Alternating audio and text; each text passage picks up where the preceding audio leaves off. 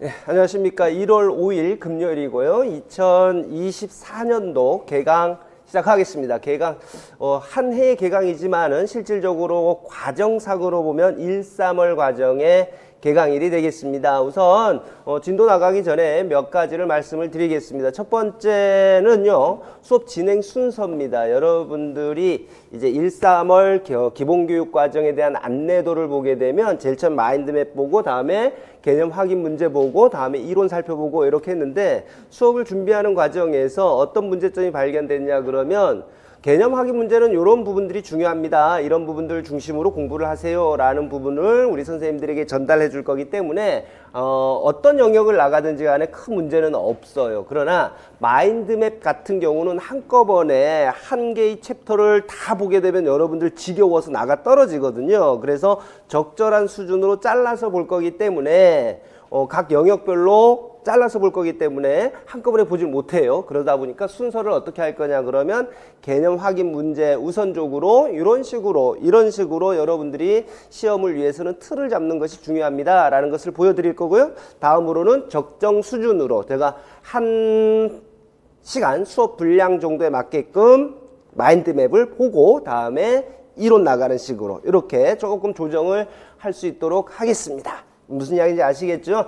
다음 두 번째로 우리 선생님들에게 이번엔 부탁의 말씀입니다. 부탁의 말씀 뭐냐 그러면 다른 건 없습니다. 저는 우리 열심히 공부하시는 선생님들에게 너무 깊이 파고들지 말아라 라는 말씀을 드리고 싶습니다. 여러분들은 분명히 학문하는 게 아니에요. 학문은 이미 4학년 동안에 지난 4학년 동안에 모두 학교에서 마치셨고, 지금부터는 시험 공부를 하는 겁니다. 공부하는 거예요. 학문하는 게 아니에요. 너무 깊이 파고들어 버리게 되면요, 오히려 중요한 것을 놓칠 가능성이 상당히 높습니다. 이때 놓칠 가능성이 높다라고 하는 것은 시험에 꼭 나오는 거고 중요한 건데, 그 외의 부분에 빠져들어 버릴 가능성이 상당히 높기 때문에 여러분들이 합격을 위해서는 시험에 초점을 맞춰라. 이어서 계속 동일한 맥락입니다만은, 학문적으로 빠져들어 버리게 되면 계속 깊이 파고들다 보게 되면 이것도 시험 나올 것 같고 저것도 시험 나올 것 같아요. 갈팡질팡하게 돼요. 그 다음에 우리는 여러분들뿐만 아니라 우리 모두가 암기를 하는 데 있어서는 제한된 능력을 갖고 있는데, 모두가 다 중요하게 느껴지기 시작을 하게 되면 무엇을 공부해야 될지 오히려 더 헷갈리고 여러분들에게 도움이 되지 않는다라는 것을 말씀을 드립니다. 그래서 첫 번째로 말씀드리는 것은 뭐냐 그러면, 학문을 하지 말고 시험 공부하자. 시험 공부하자. 시험 공부는 분명히 깊이와 범위가 따로 정해져 있습니다. 그 부분에 맞춰 갖고 여러분들이 공부하는 것이 필요하다. 그래서 많이 아는 게 중요한 게 아니에요. 많이 알고 깊이 있게 아는 게 중요한 게 아니란 말이죠. 우리는 시험에 나올 것만 딱 알고 조금 불안하게 되면 거기에서 살짝만 벗어난 정도, 그 다음에 살짝 깊은 정도만 알면 되는 거지, 우리가 학교에서 학문을 공부하시는 교수님들 정도의 수준 시험에 절대 안 나와요. 간혹가다 나오던데 그거는 좀 이상한 문제가 나온 거죠. 그렇죠? 우리가 일반적으로 생각하는 시험 나오지 않을 것 같은데 라고 생각했던 엉뚱한 영역을 건든 거지, 더 깊이 있게 나왔거나 혹은 더 영역을 확장시켜서 나온 것은 아니라고 생각하시는 게 맞습니다. 그래서 올해도 마찬가지로 우리가 11월 달이 되게 되면 시험을 볼 건데, 그때까지 이 마음은 변치 않으셔야 됩니다. 전부 사람이지 않습니까? 누군가 내보다 더 아는 것 같다라고 하면 흔들려요. 마음이 흔들려. 나는 뭐지? 내가 공부를 못하고 있나? 안 하고 있나? 아니면 내가 배우고 있는 커리가 문제가 있나? 이렇게 흔들립니다. 그러나 나중에 한번 비교해 보시면 제가 지금 이야기하는 부분이 맞다라는 것을 알게 될 것입니다. 자료를요, 바닥에서부터 천장까지 쌓아놨다 하나 필요 없습니다. 볼 일도 없고요. 여러분들의 마음만 뒤숭생숭하게 만들 뿐입니다. 그래서 오늘 자료 없습니다. 자료, 작년까지 나눠드렸던 자료들 중에 반드시 기본서에 포함시켜야 되겠다라는 내용들은 전부 지금 기본 교재가 개정이 되면서 전부 포함을 시켜놨어요. 전부 포함을 시켜놨으니까 특별한 경우가 아니면 자료를 여러분들에게 주지 않습니다. 지금도 지금 기본 과정의 책이 4권인데 이게 작은 분량이 아니에요. 실질적으로. 그렇죠? 누군가의 책에 비하면 작은 분량일 수도 있습니다만 여러분들이 공부하는 데 있어서는 결코 작은 분량이 아닙니다. 이거 전부 알 수 있을까요? 전부 몰라요. 진짜 기계적으로 암기하실 수 있는 분이 계시다 그러면 전부 암기할 수는 있겠지요. 그러나 기계적으로 암기한다고 해서 우리가 봐야 될 임용시험에서 만점을 받는 것은 결코 아니라는 것도 우리 선생님들 잘 아실 겁니다. 그래서 너무 자료라든지 이런 부분들에 신경 쓰지 말고 기본 과정에서는 놓치지 말고 이해 잘하고 차근차근 공부해가자. 다른 사람하고 비교할 필요도 없습니다. 항상 공부는 혼자서 묵묵히 해 나가는 겁니다. 그러다 보게 되면 좋은 결과가 생길 수밖에 없다라는 것 말씀을 드립니다. 그래서 두 번째 뭐 이야기했느냐? 자료 이런 부분에 너무 신경 쓰지 말자라는 부분 말씀을 드렸습니다. 세 번째, 이해하시면서 넘어가시기 바랍니다. 이해하시면서 넘어가시기 바랍니다. 기본 과정에서는요, 기본 과정 교재를 쓸 때마다 작년도 그렇고 올해도 마찬가지로 기출 연도를 표시해 줄 것이냐 말 것이냐 항상 고민합니다. 항상 고민합니다. 올해도 마찬가지로 없습니다. 최종적으로 뺐습니다. 그 이유는 뭐냐 그러면 기본 과정은 다 해야 되는 거예요. 다 해야 되는 거예요. 물론 전부를 해야 되는 중에서도 조금 더 자세하게 봐야 되는 부분은 분명히 있습니다. 그 중요한 거니까요. 그렇죠? 기존에 시험 문제 나왔던 것 중요하지요. 그러나 기본 과정은 앞서 말씀드린 바와 같이 기본입니다. 모든 토대를 이루는 기본이기 때문에 전부 해야 돼요. 전부 해야 된다라는 생각에서 끝까지 고민하다가 기출연도 전부 뺐습니다. 기출연도 전부 뺐습니다. 다만 이제 점차적으로 공부를 하는 데 있어서는 깔때기 모양이 돼야 되잖아요. 여러분들에게 드리는 자료는, 추후에 드리는 워크북 스타일의 자료는 중요한 내용만 쏙 빼갖고 여러분들에게 드립니다. 기출문제 중심으로. 자, 그러면 처음에 공부할 때는 어떻게 해야 된다고요? 모든 게 중요하다. 모든 게 중요하다. 그렇다고 해서 모든 걸 다 암기하라는 건 아닙니다. 모든 걸 암기하라는 건 아니고 기본 과정을 가실 적에는 진도가 미뤄지지 않는 한에서 충분히 이해를 하면서 가셔야 됩니다. 충분히 이해를 하면서 가라. 그렇다고 이해를 하라 그러니까 따지기 시작한다. 따지기 시작하면 악의 구렁텅이로 빠진다. 이거 분명히 아셔야 돼요. 따지기 시작하면 악의 구렁텅이로 빠져요. 여러분이 공상소설가가 돼버립니다. 공상소설가가 되는 순간 헤어나지 못해요. 이것도 정답이고 이것도 정답이고 이런 상황이 벌어져 버리기 때문에 시험의 정답은 한 가지입니다. 시험의 정답은 하나예요. 동의어, 똑같은 말로 받아준다, 똑같은 용어로 간주한다, 똑같은 내용으로 간주한다, 이런 부분들은 있을 수가 있으나 출제자가 원하는 정답은 하나입니다.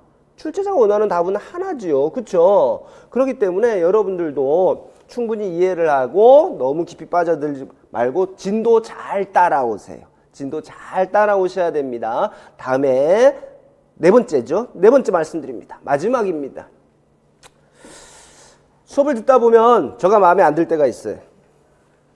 맞잖아. 항상 저가 마음에 들 수는 없어요. 왜 꼭 저렇게 해야 되나? 강의를 저렇게 해야 되나? 자료 좀 더 주면 안 되나? 이렇게 생각하실 수가 있습니다. 그런 생각이 드시는 선생님은 빨리 바꾸셔야 돼요. 저는 저 수업 들으라고 강요하지 않습니다. 빨리 바꾸셔야 돼요. 왜냐 그러면 여러분들의 인생이 걸리는 겁니다. 저한테 좋은 건 분명히 있지요. 여러분들 합격하면 여러분들 합격한 만큼 저도 기쁩니다.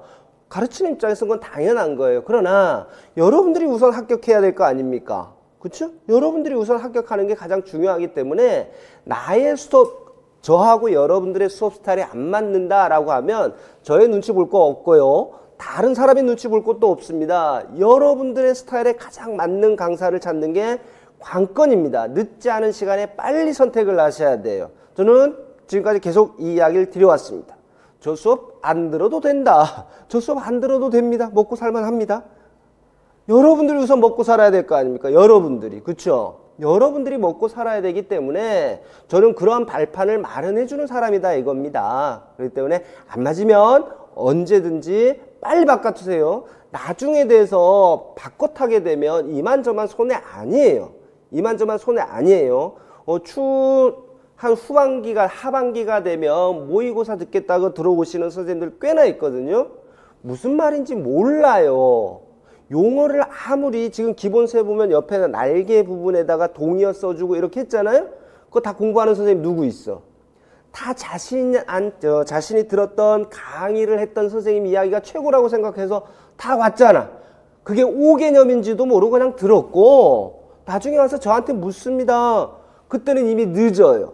이미 늦어요. 한번 꽂힌 생각은 바꾸기가 그렇게 힘듭니다. 힘든 만큼 맞지 않다.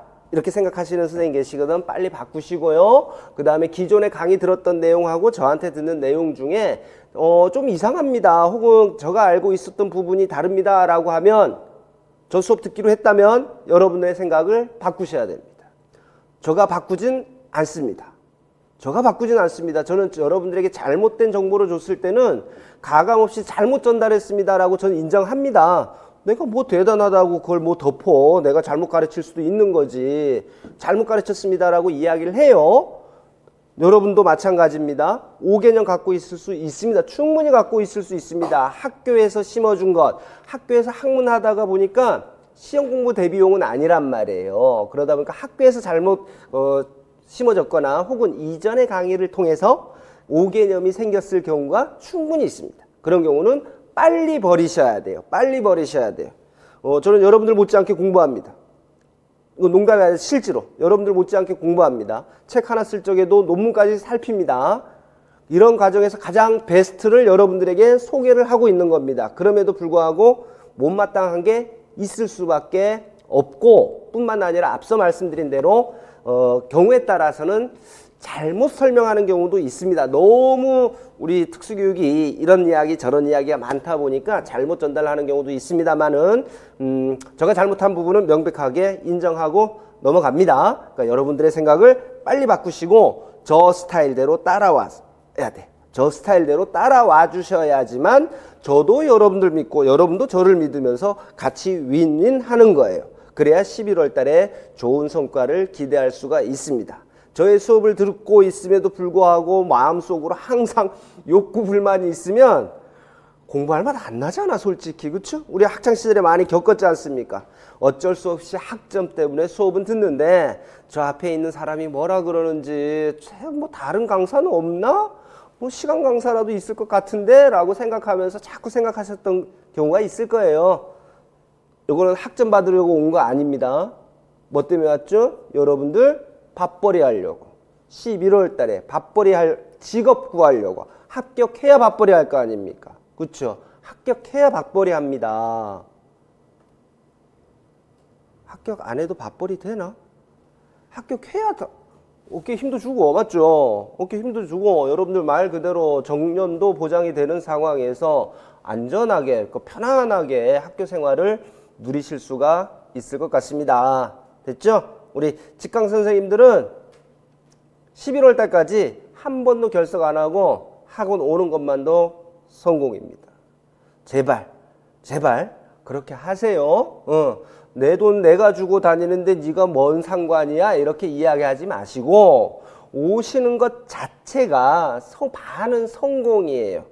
가만히 앉아서 졸더라도 저의 목소리는 계속 될 거고 여러분이 좋든 싫든 저의 목소리는 여러분의 귀를 관통하겠지요. 그것 자체가 암암리에 집에서 인터넷 들으면서 조는 것보다 낫습니다. 오고 가고 하는 사이에 찬바람도 세고 더운 태양 아래 땀도 흘리고 하다 보면 잠도 달아날 거고요. 노량진에 있는 수많은 선생님들을 보면 저렇게들 다들 열심히 하는데 나 혼자만 그래서 되겠나 라는 반성도 생기게 될 겁니다. 그러니까 특별한 경우가 아니면 말 그대로 진짜 특별한 경우가 아니면 학원 오세요.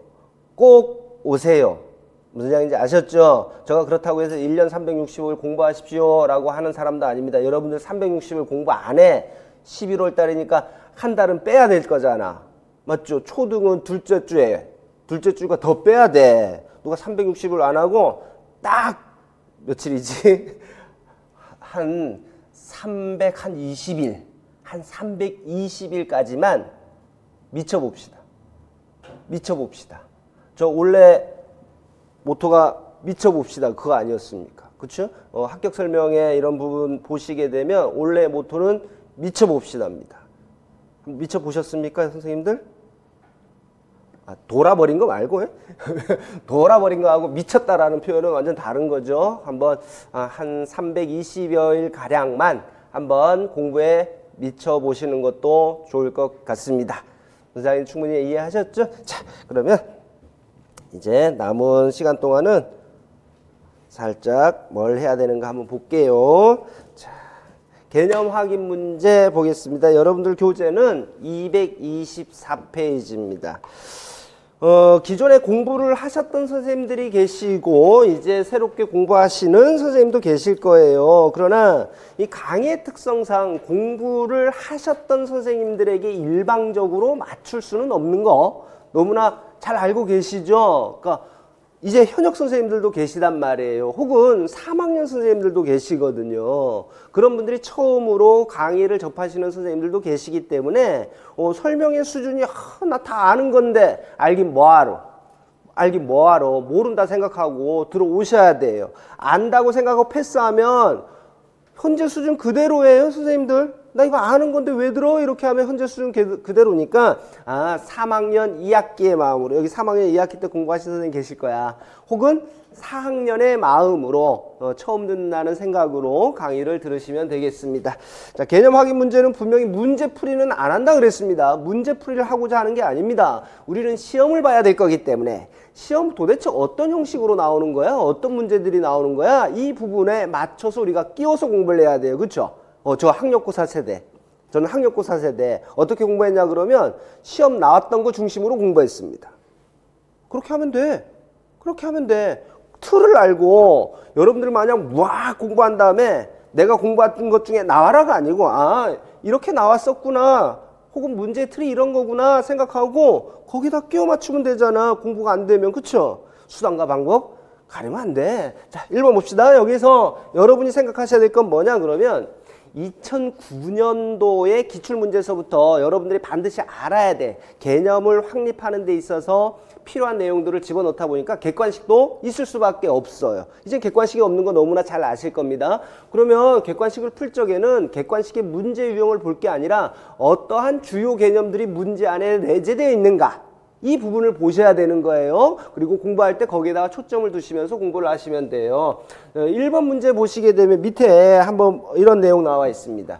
지우의 행동을 기능평가한 후 유아의 삶의 질 향상을 목적으로 제공하는 행동 문제에 대한 예방과 대처 그리고 대안행동 교수를 포함하는 장기적이고 생태학적인 행동 중재 및 지원 이걸 뭐라 그러느냐 이런 식으로 물어봤는데요. 지금 우리가 보고 있는 문제 같은 경우는 하위 문항 자체가 아주 중요한 내용을 담고 있는 것이죠. 이와 같은 경우는 선생님들이 공부를 하시면서 외워버리는 게 가장 최고예요.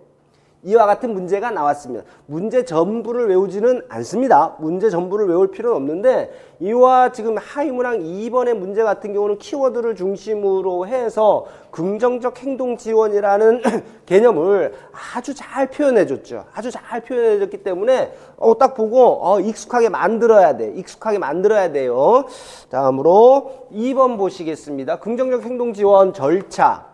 2번에서 보셔야 될 건 이거야. 절차에 대해서도 이렇게 묻는구나. 절차 1, 2, 3, 4, 5단계 이와 같이 돼 있죠. 이 부분은 추후에 이 부분을 순서대로 정리하십시오 라는 내용도 나올 수 있고 지금 문제와 같이 각 단계에서 해야 되는 내용들을 활동 내용들을 묻기도 하더라. 그렇다면 우리는 반드시 이거 공부할 때 단계도 외워야 될 것이고 각 단계에서 어떠한 활동들이 이루어지고 있는가 당연히 공부해야 되지 않겠습니까? 그렇죠? 이 부분은 지속적으로 변형이 되고 있기 때문에 반드시 단계 외우고 그 각 단계별로 어떤 활동이 이루어지는지 봐야 되겠다. 계속적으로 긍정적 행동 지원입니다. 긍정적 행동 지원 가설 세우기. 가설 세우기와 관련해서 문제가 출제가 됐었구나 라고 이야기를 하고 있는데, 문제 보시면 이겁니다. 가설 세우기 단계 이전에 해야 할 일들을 모두 고른 것은 이렇게 했습니다. 조금 전에 우리가 긍정적 행동 지원과 관련해서 단계 필요했지만, 가설 세우기 위해서도 어떠한 일련의 과정이 있어야 될 것이다. 그 과정들을 여러분들이 명확하게 알고 있느냐 모르고 있느냐, 이 부분 파악하는 것. 가설과 관련해서는 가설의 구성 요소, 이런 부분들도 상당히 중요합니다. 우리는 가설 여기다가 초점을 맞춰서 한번 더 살펴보자.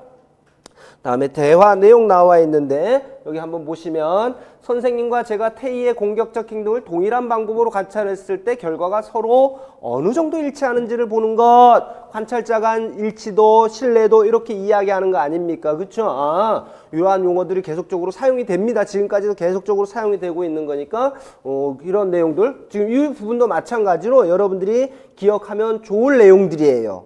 이 부분들 꼭 이 내용이 아니고 여러분들이 관찰자 간 일치도에 대해서 기억을, 암기를 할 거 아닙니까? 어떤 교재를 보면서 추후에 이게 나오면 반복하면서 익숙하게 만들어 둘 만한 거죠. 그 다음에 행동 발생 기록 방법, 시험에 계속 나오고 있습니다. 행동 발생 기록 방법에 대해서도 눈여겨 봐야 되겠구나 라고 이야기하고, 용어도 잘 봐두셔야 돼요. 이거 쓰라 그랬잖아. 안 바뀌어. 시험 문제가 안 바뀌어. 행동 발생 기록 방법 쓰시오 라고 하면, 이런 걸 써야 되는 거구나. 이제 처음 공부하시는 선생님들은 막 공부해 놓은 다음에 아는 건 많은데, 이와 같은 형식의 문제에 대해서 무엇을 답해야 될지 모르겠다.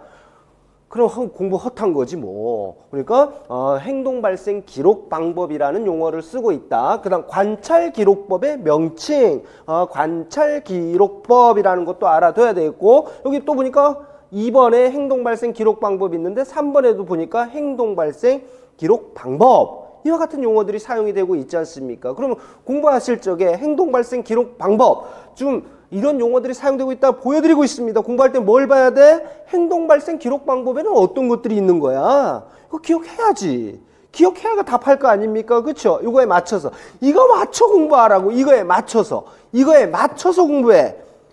막 공부하는 게 좋은 거 아니라고 내가 분명 말했잖아. 맞죠? 많이 공부했다고 좋은 거 아니야. 답을 쓸 수 있을 정도면 충분합니다. 다음은 5번 봅니다. 문제행동 지원과 관련해서 안 해보니까 면담에 대해서도 나왔어요. 면담. 그 다음에 기능평가라는 용어. 그 다음에 기능분석. 여기에 보니까 우리가 흔히 이야기하는 기능평가, 상당히 중요한 거구나 라는 부분을 우리에게 이야기를 해주고 있다라고 보시면 될 겁니다.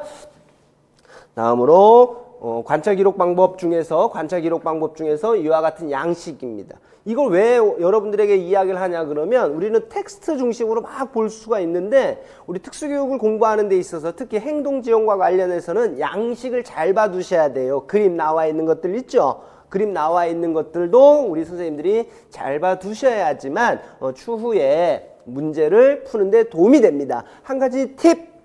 우리 특수교육은 다른 전공과 달리요, 한국 교육과정 평가 안에서 그림 그리는 것을 권장합니다.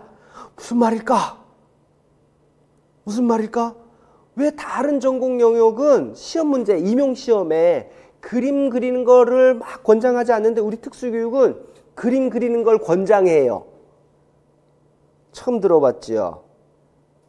우리 특수는 말 그대로 특수 교육이잖아요. 다른 일반인들이 봤을 때는 장애인 교육이에요. 그러니까 시험지에 장애인 그림도 좀 있어야 되고 그런 걸 원하는 거야. 단하지 보조기 이런 거 있잖아요. 그 다음 이래갖고 누워있는 그림 이런 거 있었잖아. 이런 거 없어도 되잖아. 텍스트로만 써도 되는데요. 일부러 그림 그리게 합니다. 있어 보이게 하려고. 왜 재미없니? 처음 아는 정보잖아.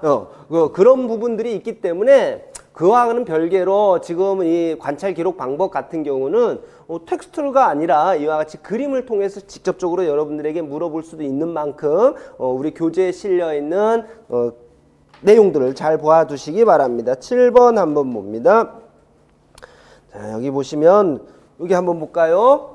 교수 전략 나와 있습니다. 교수 전략. 교수 전략이라고 이야기를 하게 되면 우리 지금 막 공부를 하시는 선생님들 같은 경우는 우리 교직 과목 중에 교육방법 및 교육공학이라는 과목이 있어요. 그래서 그 과목 중에 꼼꼼하게 가르치시는 교수님이 계시면 교수 전략은 이거고 교수 방법은 이거야 라고 해서 구분해서 가르치셨을 겁니다. 그러나 시험에선 그거 없어요. 시험엔 그거 없어요. 교수 전략 이렇게 하게 되면 다 교수 전략이야. 우리가 생각하기 그게 무슨 교수 전략일까 생각하는 것도 전부 교수 전략 이렇게 이야기하고 있다는 것도 한번 보시고 내용은 차치하고 봅니다. 반응 대가 이거 다 알아야 될 내용들이에요. 중요한 내용들. 반응 대가, 토큰 경제, 부적 강화, 점진적 시간 지연, 고확률 절차, 고확률 요구 연속 이런 부분들. 나는 고확률 요구 연속이라고 알고 있는데 어떻게 합니까? 고확률 절차 그런 건 신경 쓰지 마세요. 그런 부분은 채점 들어가실 거 출제하신 출제위원분들께서 동의어 있죠? 동의어는 전부 파악이 됩니다. 전부 파악을 해서 모범 답안 리스트에 전부 올려놔요. 모범 답안 리스트에 올려놓기 때문에 공부를 하시다가 나는 한 4, 5년 동안을 고확률 절차 이렇게 공부했는데 기본서에 고확률 요구 연속 이렇게 돼 있는데 도대체 무엇으로 외워야 될까요? 라고 하게 되면 아무리 외워도 헷갈려. 이게 안 잊혀집니다. 이게 자꾸 나의 머리를 너무 강하게 압박합니다. 이런 생각이 들면 이거 그냥 외우세요. 이것으로.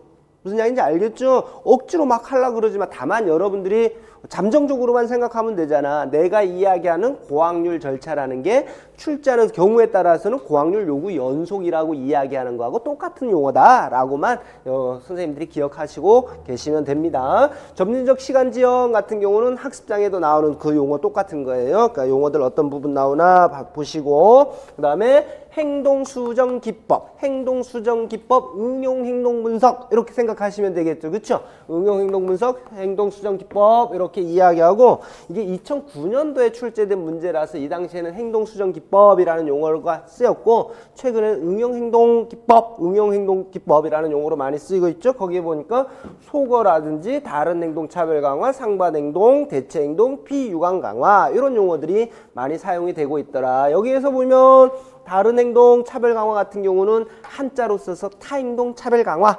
이것도 아까 말씀드린 대로 마찬가지로 어떻게 암기를 하든지는 상관이 없습니다. 전부 알아두셔야 되고 다음에 자폐와 관련해서 나왔었는데 여기 다시 또 행동 수정 전략 나와 있죠. 그래서 행동 지원 전략과 관련된 것들은 우리 선생님이 꼼꼼하게 좀 잘 봐둘 필요가 있다라는 거 말씀을 드립니다. 똑같이 나오잖아. 반응 대가도 아까 봤었는데 또 나오죠. 소고도 나오고 과잉 교정, 토큰 경제, 타임 아웃 이와 같은 부분들은 반복적으로 쉬운 것 같지만 반복적으로 출제되고 있다라는 것 눈여겨봐야 돼요. 다음에 10번 문제 봅니다. 10번 문제 보시게 되면 작년도, 그러니까 2014년도 말고 2013년도에 자극용안법이 나왔는데 이미 한번 출제됐던 거예요.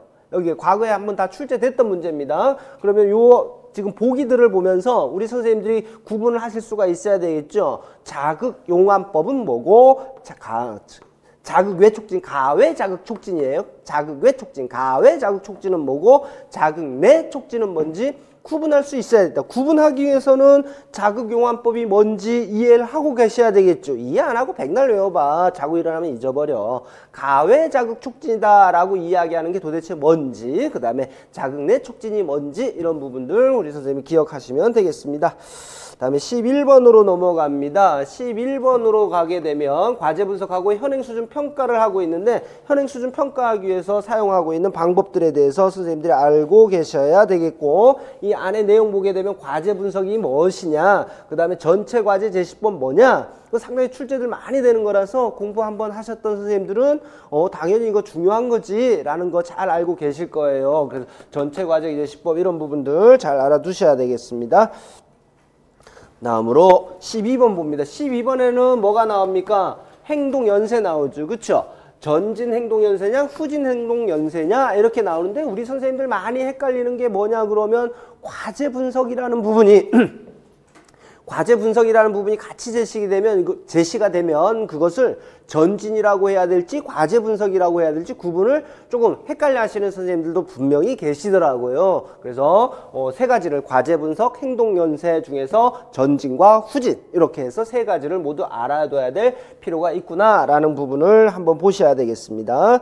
다음으로 일반화라는 내용이죠. 이번에도 출제가 됐었죠. 일반화와 관련해서. 근데 일반화와 관련해서는 내용이 우리가 행동 지원 파트에서 배우는 일반화도 있고요. 지적 장애에서 넘어가서 또 일반화, 학습의 단계 이렇게 하면서 일반화를 배워요. 그래서 조금은 이원화시켜서 배운다라는 거 미리 말씀을 드립니다. 어쨌든 간에 지금 중요한 건 일반화에 대해서는 상당히 많이 묻습니다. 그럴 수밖에 없어요. 왜 일반화에 대해서 많이 할까? 우리가 가르칠 애들은 장애 학생들입니다. 장애 학생들에게 있어서 가장 큰 어려움은 일반화의 어려움이다 라는 거 잘 알고 계시죠? 습득 같은 경우야 반복 연습을 통해서 어떻게 된다 손 치더라도 단기 기억에 문제가 있다 보니까 좀 어렵잖아요. 근데 어디로만 넘기면 장기 기억으로만 넘기면 좋다. 장기 기억 가서는 일반화가 되는 거 아니겠습니까? 그래서 일반화에 신경 쓸 수밖에 없어요. 그러니까 출제가 많이 되지. 출제가 많이 될 수밖에 없는 구조를 갖고 있다라는 거 알아두시면 되겠습니다. 다음에 지도법의 절차라고 나와 있는데 여기 보시게 되면 지금 이 14번 같은 경우는 단원을 원래 빼야 될 건데 이게 정서행동장애 쪽으로 가야 될 건데 그대로 실려 있는 경우다라고 보시면 돼요. 요거는 단원 설정이 지금 조금 잘못되어 있습니다. 제가 개정을 하면서 못 뺐어요. 다음에 15번 갑니다. 15번 보게 되면 여기 두 번째 줄에 보시게 되면 경수의 행동 중 우선적으로 지도해야 될 순서, 문제 행동 중에서 우선적으로 지도해야 될 문제 행동들이 있습니다. 세 가지, 3순위까지 있는데 그 부분 우리가 알아야 되겠구나라는 것들을 다시 한번 확인하고 있습니다. 16번 보시면 16번은 교육학 하면서도 많이 보셨던 거. 메이거의 행동 목표 진술 방식. 메이거의 행동 목표 진술 방식 이 부분은 우리가 행동 목표 진술하기 위해서 필요한 요소 4가지가 있는데 메이거 같은 경우는 3가지만 이용을 해서 행동 목표 진술하더라 라고 하니까 행동 목표 진술할 적에는 좀 더 신경 써서 봐야 되겠다. 그쵸? 다음으로 17번 갑니다. 17번 보면 이제 뒤쪽으로 가서 순간 표직 기록법 에 대해서 나왔다. 부분 간격 표지법이라든지 전체 간격 표지법 이런 부분도 전부 한번 다 보셔야 될 겁니다. 18번 보시겠습니다. 18번 이와 같이 전체 간격 기록법이냐 순간 표지 기록법이냐 부분 간격 기록법이냐 그 다음에 행동 발생률 어떻게 구하느냐 관찰자 간 일치도 어떻게 구하느냐 이런 부분들이 여러분들 알아두셔야 될 내용. 그 다음에 반분법 경향선 어떻게 그리느냐 라는 겁니다. 기울기 알기 위해서 그리는 거 경향선 어떻게 그리는 것이냐 라는 것도 우리가 기본적으로 알고 있어야 될래요. 뒤쪽에 가니까 짜증나는 것들 많죠. 뒤쪽에 가니까 이와 같은 그래프들이 있는데 그래프들은 우리가 그릴 일은 없어요. 그릴 일은 없는데 해석은 할 수 있어야 돼요. 그래프의 종류를 알고 해석을 할 수 있어야 됩니다. 해석은 할 수가 있어야 된다. 그래서 이걸 보여주는 거고 뒤쪽으로는 요 그래프들을 보면서 어떠한 단일 대상 연구가 적용된 것이냐 어떠한 단일 대상 연구 그러니까 단일 대상 연구의 종류를 알고 있어야 되겠죠. 그 단일 대상 연구의 종류는 수없이 많습니다만 누차 말씀드립니다. 시험에 나오는 건 정해져 있단 말이에요. 더 알려고 할 필요도 없어. 더 알려고 할 필요도 없고 우리가 기본서 수준에서 다루고 있는 것 정도만 우리가 꼼꼼히 살펴보더라도 충분히 이해할 수가 있다 라고 생각이 듭니다. 22번 갑니다. 22번 니은이 지칭하는 용어 한번 볼까요? 각각의 교육 방법에 제시하고 있는 절차, 시간, 적용 지침을 제대로 따르고 있는지 점검하는 것이다 라고 이야기를 했죠. 뭔지 아실 거예요. 공부하셨던 선생님들은. 그 다음에 기억도 보시게 되면 여러 연구에서 효과가 있는 것으로 입증된 교육 방법 이렇게 되는데 오늘 공부하자마자 본문 들어가자마자 이거 나오는 용어들이죠. 그래서 요와 같은 부분들은 앞서 설명드렸습니다만 여러분들이 기억해 놓고 요와 같은 내용들이 나오면 이와 같은 방식으로도 문제의 출제가 되는구나 라고 말씀드리고 싶습니다. 다만 한번 들어보세요. 선생님들 중에서는 이런 선생님이 계세요. 기출문제 중요하다 라고 전부 인정하는 겁니다. 저도 인정합니다. 기출문제 중요하지요. 모두가 다 기출문제 기반해서 내는 거니까. 기출문제에 나와 있는 표현으로 공부하시려는 선생님들이 계실 겁니다. 그 이유는 한 가지인 것 같아요. 두 가지 정도. 우선 기출문제 제시됐었으니까 믿을만하다라는 것. 그 다음 두 번째는 뭐냐 그러면 정리가 깔끔하게 돼 있어요. 분량이 작아요. 우리가 일반적으로 강론서에 나와 있는 정의들보다 개념이 양적으로 작다라는 건 뭐야? 내가 덜 수고해도 된다라는 거죠. 그러니까 결국은 꼼수 부리려고, 나쁘게 이야기하면 꼼수 부리려고 기출문제에 나와 있는 이 내용을 공부하시는 선생님들인데 아닙니다. 그렇게 해서는 안 돼요. 그렇게 하면 안 됩니다. 기본적으로는 여러분들이 우리가 흔히 강론이라고 이야기하는 문헌에 나와 있는 내용들을 여러분들의 토대로 삼아야 돼요. 이 부분은 출제 들어간 사람이 어떻게 요점을 정리하느냐에 따라 달라져 버릴 수가 있는 거예요. 이건 참고입니다. 그래서 내가 알고 있는 표현이 이와 같은 방식으로도 표현될 수가 있겠구나 라고 이해를 하시고 확인하시는 것으로 이걸 삼으셔야지, 이게 기본이 돼서는 안 된다라는 거. 이게 기본이 아닙니다. 꼼수 부리지 말고 공부는 바보같이 해야 돼. 공부는 미치자 그랬잖아. 공부는 바보같이 해야 돼. 여러분들이 공부했던 것, 기억하는 것, 암기한 것을 다시 한번 확인시켜주는 요소로 생각하시기 바랍니다. 이거 외워서는 안 됩니다. 너무 예를 들어서 이때는 가능하지. 강론서 보니까 한 4줄 돼. 개념이 4줄. 우와, 돌아버리겠네. 이걸 어떻게 다 외우냐? 나의 성격은 토시 하나까지 틀리지 않고 외우는 것을 기본으로 하는데, 그렇지 않으면 좀 찝찝하고 그래서 토시 하나도 안 틀리고 외우려고 그러는데 4줄. 짜증나죠? 그때는 조금 콤팩트하게 정리된 것들을 참고할 수 있지만 그 외에는 강론서 것을 보십시오. 아셨죠? 왜 이걸 하냐 그러면 출제하시는 분들이 뭘 보고 출제한다고? 강론서 보고 출제하는 거예요. 강론서 보고 그 다음에 출제 근거도 강론서를 쓰는 것이 몇 년도 기출문제 이거 아니야. 출제 근거로 그거 올리는 거 아니에요. 김남진 XXXS 학지사 이렇게 해서 올리는 거, 몇 페이지 이렇게 올리는 거지. 이거 몇 년도 문제입니까? 2017 유아 A-8 참조 이렇게 해서 올리는 게 아니란 말이에요. 출제위원들이. 그렇기 때문에 다양한 표현에 익숙해지기 위해서는 강론서에 나와 있는 것을 기본으로 해서 조금 힘들더라도 외울 수 있는 데까지 외우세요. 외울 수 있는 데까지 한번 해보고, 그러다가 안 되면 너무 길어서 안 되겠어 라고 하면 이와 같이 콤팩트하게 정리되어 있는 기출문제 것을 토대로 해서 기억을 하시면 되겠습니다. 자, 그래서 용어들 쓰게끔 하고 있고, 그 다음에 여기 보니까 선행사건 조절에 해당하는 내용 썼다. 선행사건 중재와 관련된 부분들 오늘 아주 중요하게 다루게 될 것입니다. 다음으로 23번 갔더니 마찬가지로 중다 기초선 설계 나왔습니다. 중다 기초선 설계에서는 앞서서 설명드렸습니다만 그래프의 종류들하고 그 다음에 내적 타당도 어떻게 높여줄 것이냐 이런 부분들이 상당히 중요하기 때문에 거의 똑같이 보시면 돼요. 어떤 그래프가 나오더라도 똑같은 방식으로 질문이 이루어진다라고 생각을 하시면서 공부를 하시면 되겠습니다. 자, 여기까지 우리가 살펴봤고요. 잠깐 쉬었다가 마인드맵부터 해서 본문 공부할 수 있도록 하겠습니다.